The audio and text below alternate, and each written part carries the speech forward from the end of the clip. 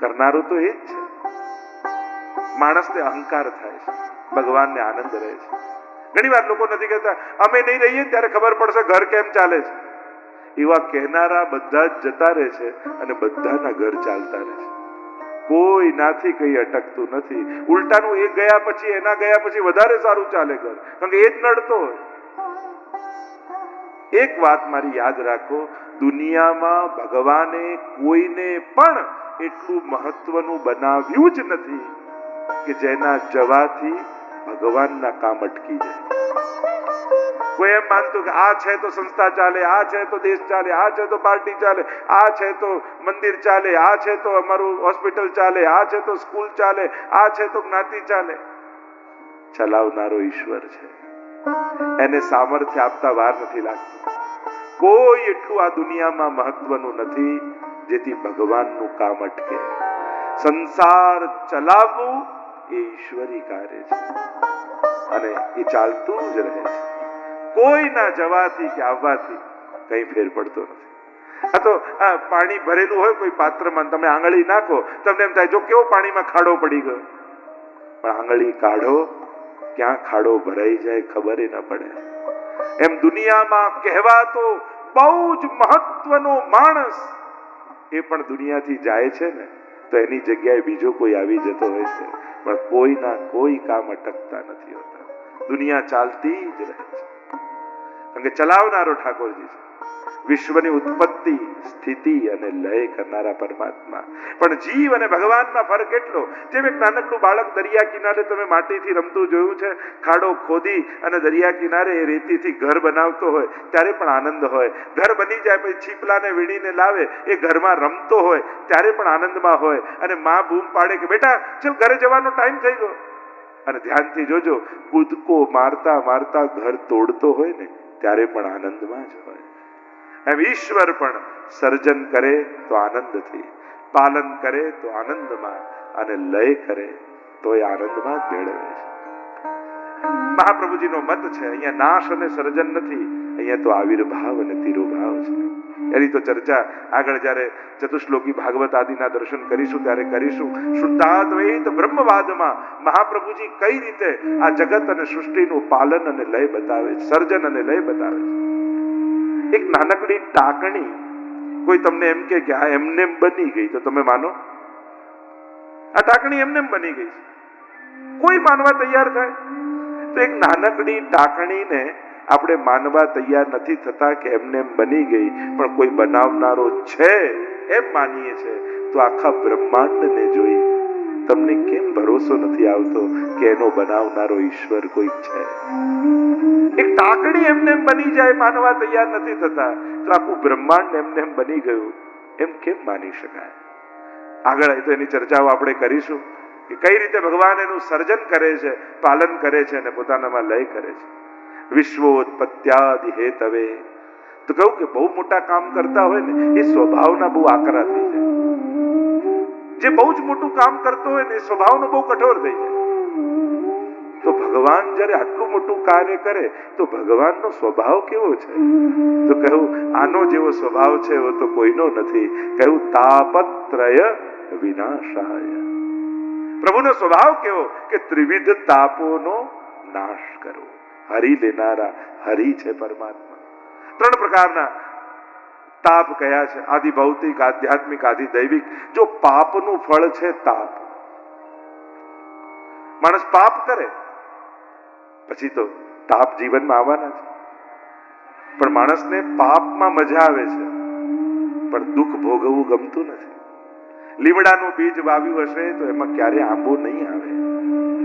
જો એક વસ્તુ જીવનમાં લખી રાખજો, મારા જીવનના દુઃખનું કારણ હું પોતે જ છું. બીજો કોઈ પણ વ્યક્તિ આપણા દુઃખનું કારણ હોઈ જ ન શકે. કોહુ ન કાહુ સુખ દુઃખ કર દાતા, નિજ કૃત કર્મ ભોગ હી સબ પ્રાતા. તુલસીદાસજી પણ કહે છે કોઈ કોઈને સુખ નથી આપતું, કોઈ કોઈને દુઃખ નથી આપતું, બધા પોતાના કરેલા જ ભોગવે છે. અને જે દિવસે આ વાત સમજાઈ જાય ને કે મારા દુઃખનું કારણ હું જ છું, તો ભગવાન પ્રત્યે બધી જ ફરિયાદો સમાપ્ત થઈ જાય. આ ભગવાન સામે ફરિયાદ કેમ છે? કારણ કે આપણે આપણા દુઃખનું કારણ બીજા કોઈને માનીએ છીએ. અને છેલ્લે બીજો કોઈ ન દેખાય તો ભગવાનને ગણી લઈએ. ભગવાન તને માન, મને દુઃખી કરવામાં શું મજા આવે છે? ભગવાન કે કોઈ મજા નથી આવતી, કારણ કે હું દુઃખ આપતો જ નથી. આપે કોણ? જેની પાસે હોય. હે ને? કોઈ વસ્તુ કોણ આપી શકે? જેની પાસે હોય. જેની પાસે ધન હોય એ ધન આપી શકે, હોય જ નહીં શું આપી શકો? ભગવાન અને દુઃખ આ બંને એક જગ્યાએ ભેગા થઈ જ ન શકે. કોઈ સૂરજને એમ કે તું રાત્રે નીકળે બરાબર છે, દિવસે નીકળીને બતાવ. કોઈ કે દિવસે તો નીકળે બરાબર છે, રાત્રે નીકળીને બતાવ તો તને માની જો.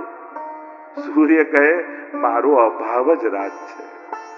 જો હું નીકળું તો એ રાત કહેવાય જ નહીં, દિવસ જ થઈ જાય.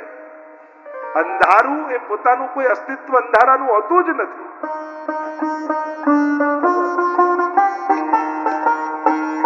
બોલો ગોવર્ધન વલ્લભાધીશ કી જય. પૂજ્ય ચરણોને તાળીઓથી આપણે વધાવીએ.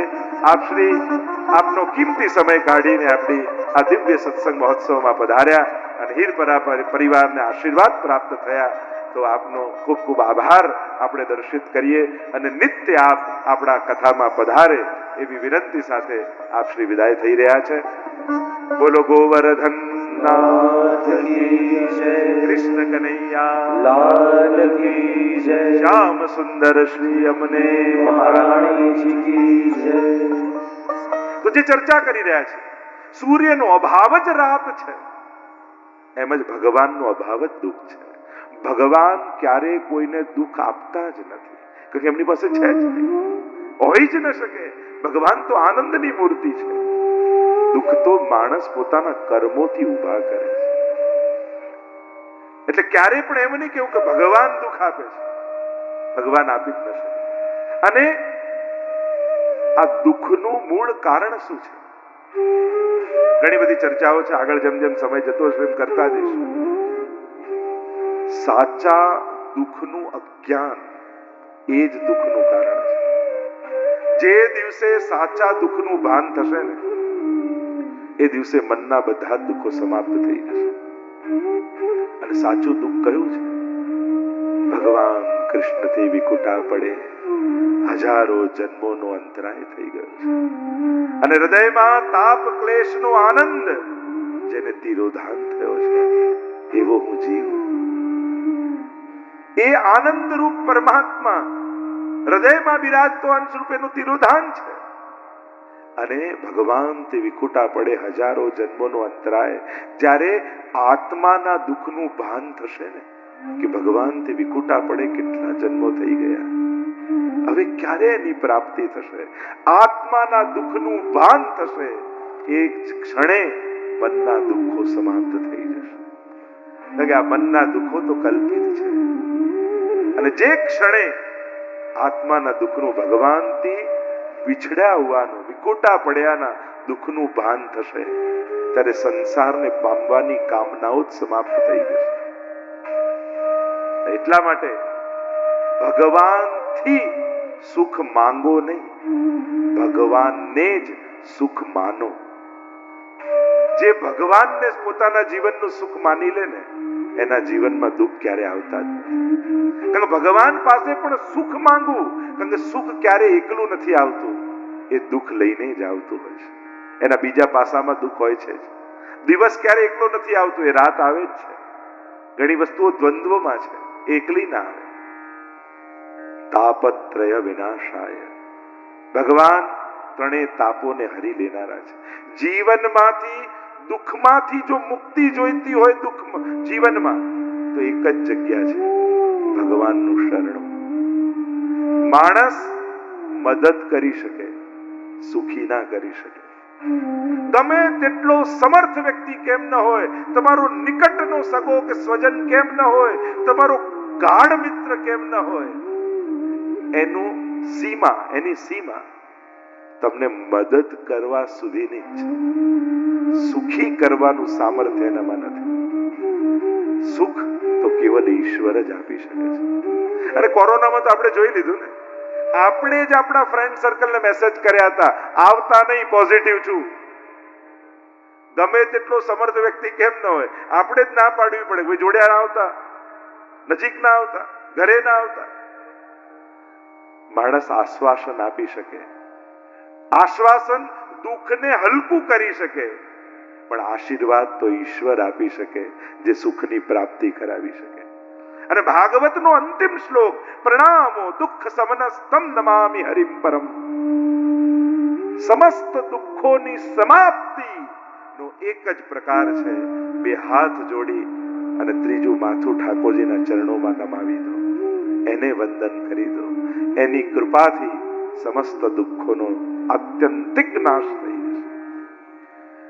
તાપત્રય વિનાશાય. પણ આ છે કોણ જે ઈશ્વરની તમે વાત કરી રહ્યા છો? કોની